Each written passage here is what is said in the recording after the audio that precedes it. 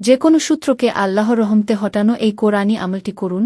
আম্মাই ইউজিবুল মুদ্দর ইজাদা আহুয়া ইয়াকশিফু চুন ওয়া ইয়াজ আলুকুম খুলাফা আল আরবি ইলাহুম মাল্লাহি কলিলাম মাতাজাকরুন আম্মাই ইয়াহদিকুম ফি জুলুমাতিল বাররি ওয়াল বাহরি ওয়ামাই ইউরছিলুর রিয়াহা বুশরম বাইনা ইয়াদাই রহমাতিহি ইলাহুম মাল্লাহি তা আলাল্লাহু আম্মা ইউশরিকুন আম্মাই ইয়াবদাউল খলাক ছুম্মা ইউইদুহু ওয়ামাই ইয়ারজুকুম মিনাত সামাই ওয়াল আরদি ইলাহুম মাল্লাহি কুল হাতু বুরহানাকুম ইন কুনতুম সদিকিন।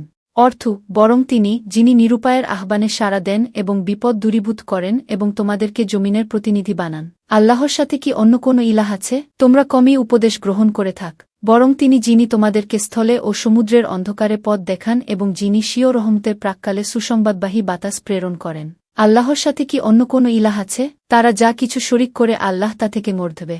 বরং তিনি যিনি সৃষ্টির সূচনা করেন, তারপর তার পুনরাবৃত্তি করবেন এবং যিনি তোমাদেরকে আসমান ও জমিন থেকে রিজিক দান করেন। আল্লাহর সাথে কি কোনো ইলাহ আছে? বলো, তোমাদের প্রমাণ নিয়ে এসো যদি তোমরা সত্যবাদী হও।